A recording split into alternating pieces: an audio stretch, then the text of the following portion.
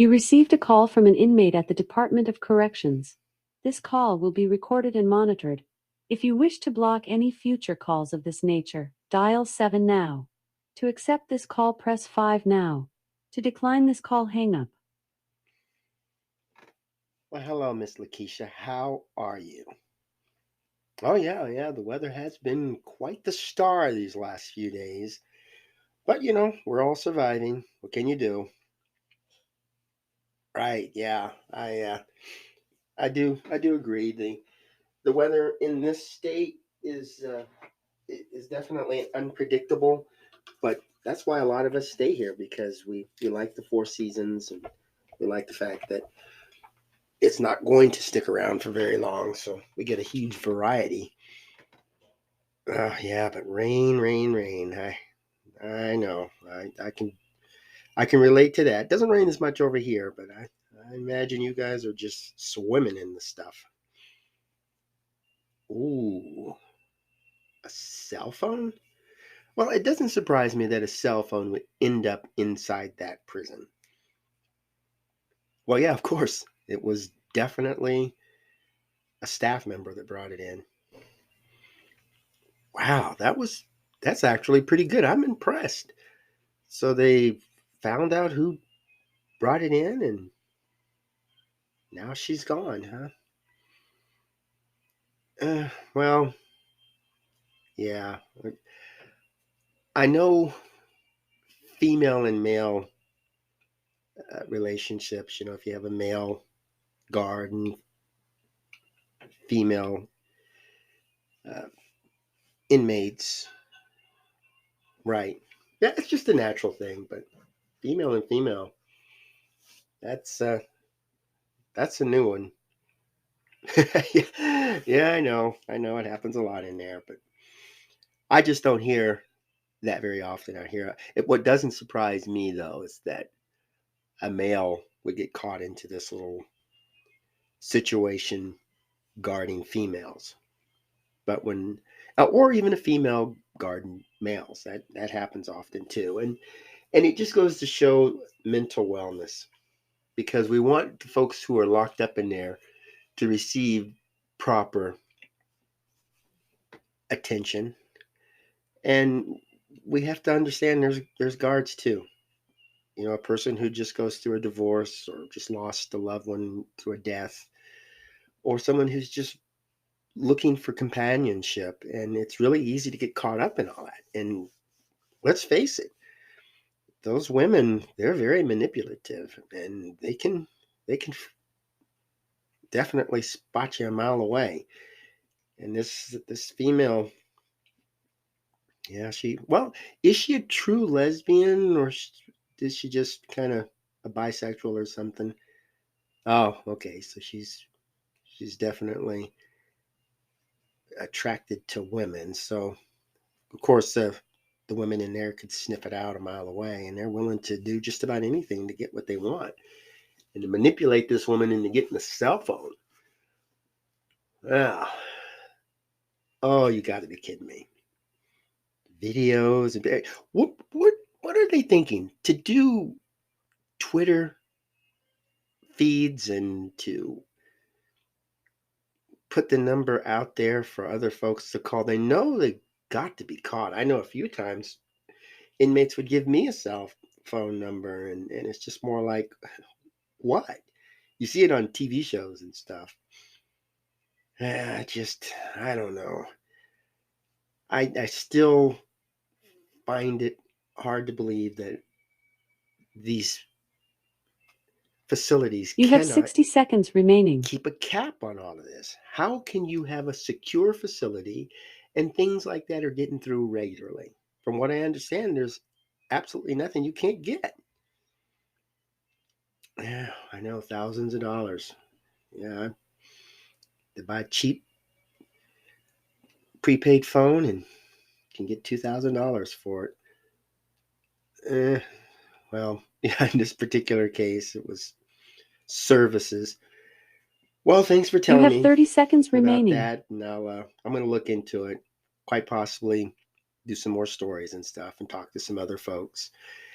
And I understand names and, current events and stuff can't be mentioned over the phone. You could get in trouble. But when people get out of prison, where I get all kinds of stories, I'll definitely follow this.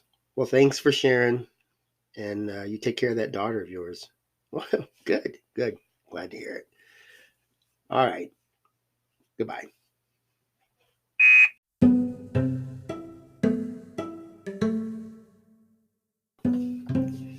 Welcome to AQS Inmate Call, and I am your host, Joel Wilborn.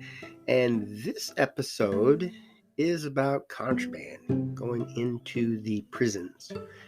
And hopefully, everybody listening to this won't be the least bit surprised that contraband does get into the prison. They changed the way prisons receive mail because a lot of drugs get sent through the mail, and they could be stuck on the gum on envelope or the back of the stamp. So now when a letter gets to a prison, they'll just take a photocopy of the letter and photocopy of any of the inserts like photographs, and then give those copies to the incarcerated person. And personally, I think that's fine. And it does cut back on people chewing on envelopes and stamps and stuff, but there's still drugs getting in there. If a person wanted a particular drug, even if it's over the counter, it's not that difficult to get them, especially if you have a good income. And there's people out there that will just bombard incarcerated people with funding. And then there's those that like to take advantage of the system and overstock on stuff and trade things off. And that's just a matter of survival, I would say. It's just like the gun control.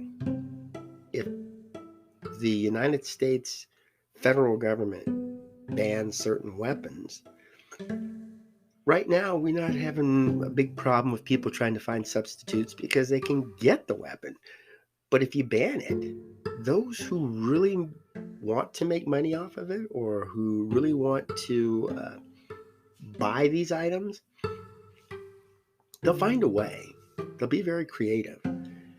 And that's just the American way. We don't like our freedoms taken from us. And in prison, pretty much everything. You can't use a cell phone. You can't surf the internet. The drugs that the people used on the outside to deal with their personal issues, and certain tools and literature, all this stuff is a big money-making opportunity for those who know no other way of making money except through criminal activity. And it's also a way for people to meet their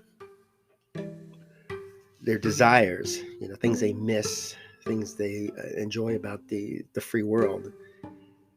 And so if I were running one of those facilities, and even though I've been told on several occasions it's really difficult to keep the stuff out, but you have to understand where it's coming from. The first step in solving a problem is to identify the problem. And the problem isn't the visitors, because when we had COVID and people couldn't go into the prison, drugs, contraband, they were all still in there. And all loved ones could do is call or send e-messages. So to say there was a stash of drugs found in a facility and then start pointing your fingers at visitors and loved ones, you have to step back on that. The one constant across the United States is the correctional officers and the staff. These folks can bring things in quite easily. You can even watch TV shows and movies and documentaries and see that. And with a little creativity, it's easy to do. So, what folks should be concentrating on is the why.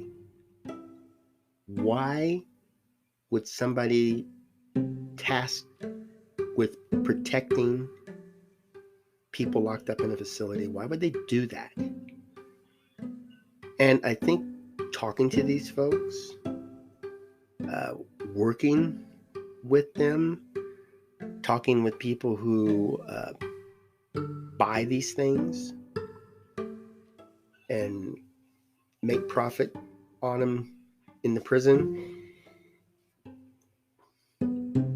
that's what the investigators should be focusing on, instead of trying to put this facade that they're working on it and can't stop it. You know, if visitors are constantly bringing stuff in, then we'll have to just make an agreement to have a bigger screening process before walking through the door. And I'm concerned because there's going to be some serious stuff. I mean, people could start putting in guns and bombs, you know, weapons to do things. I know it's been done many times before, but we don't want that to start growing because people are getting lax. If there's a lack of manpower, we need to come up with another solution. Maybe reduce the number of prisons to support the staff.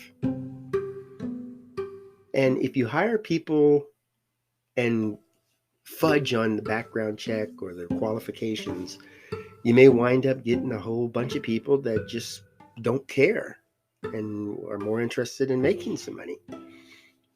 As I said on the phone conversation, a person could buy a prepaid phone and sell it for thousands of dollars. And drugs are it's even better. You can get a huge profit from that. You can make thousands of dollars a day getting that in there.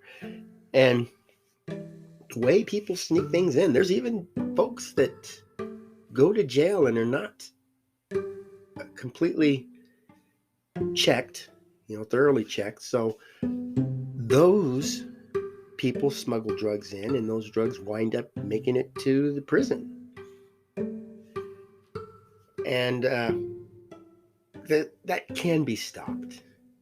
Let's face it. If you have a person who is a known drug user or drug dealer, you want to keep an eye on that person, especially if there's a huge influx of drugs going into the prison.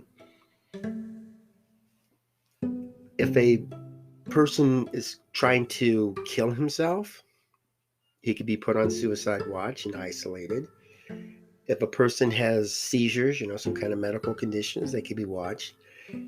And to think that a person locked up in prison isn't going to resort back to the original issue, that's just kind of insane to actually think something like that. So if you're going to isolate a suicide,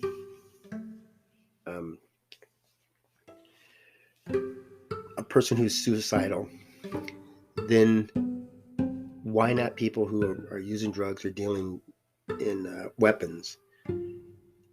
And all kinds of deals could be made. You do plea bargaining to reduce sentences. You can do plea bargaining to find out how items are getting into the prison. Once you catch somebody, just backtrack. And you have an area that's locked behind walls and fences and armed guards, and these things are getting in. Come on now. And I think it should be put in the news quite a bit. Every time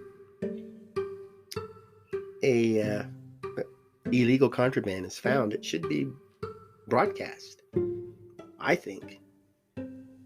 Because even the people who believe these folks should be locked away and a key thrown away ought to realize that if drugs and weapons and